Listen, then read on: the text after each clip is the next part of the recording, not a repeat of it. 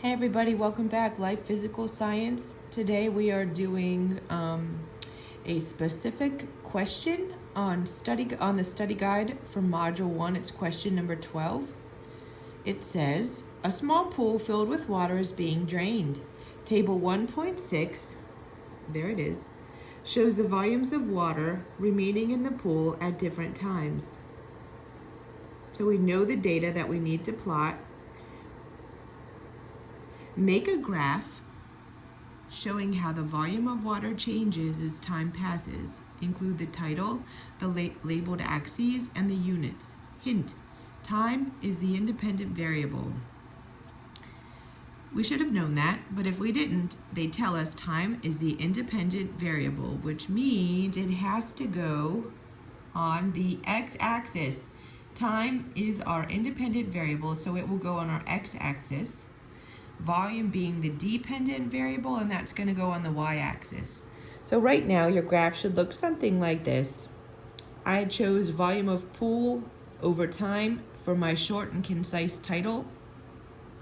So now what I'm going to do, I'm going to use these data points and plot them on my graph, and then I'm going to draw a line connecting them to see if we can see any type of relationship.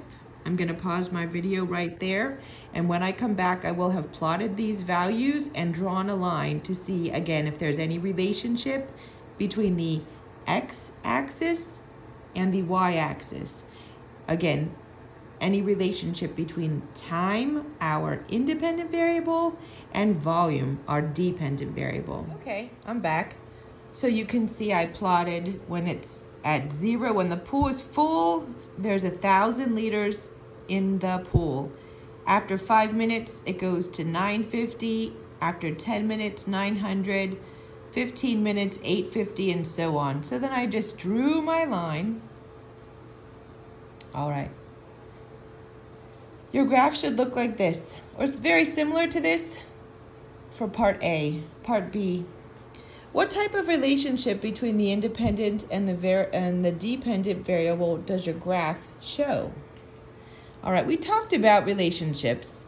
This relationship shows us that, let's just talk about it first, and then we can put a definition there. As the volume of the pool is decreasing, right, it's draining, so the volume's going down, but the time is going up. So again, if the volume is going down and the time is going up, that makes it an indirect or an inverse relationship. So B should be inverse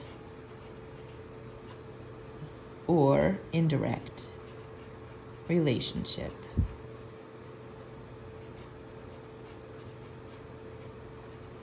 All right. C. Predict how long it will take for half the water to drain out. How long will it take to drain the whole pool? Hint, you will need to extrapolate on your graph as you did in experiment 1.2.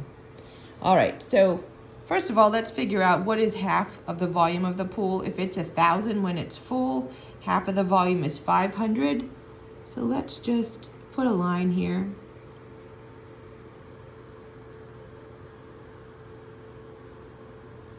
Okay. So we have to see where that line crosses. So when it's 500 liters full, we want to figure out what time that is. The line crosses here. So we're going to go straight down. Let me see if I can do this with one hand. So then from our graph, the data tells us it's about 50 minutes for half of the pool to drain. So based on that, to drain the whole pool, so C is 50 minutes for half the pool to drain and 100 minutes to drain the entire pool.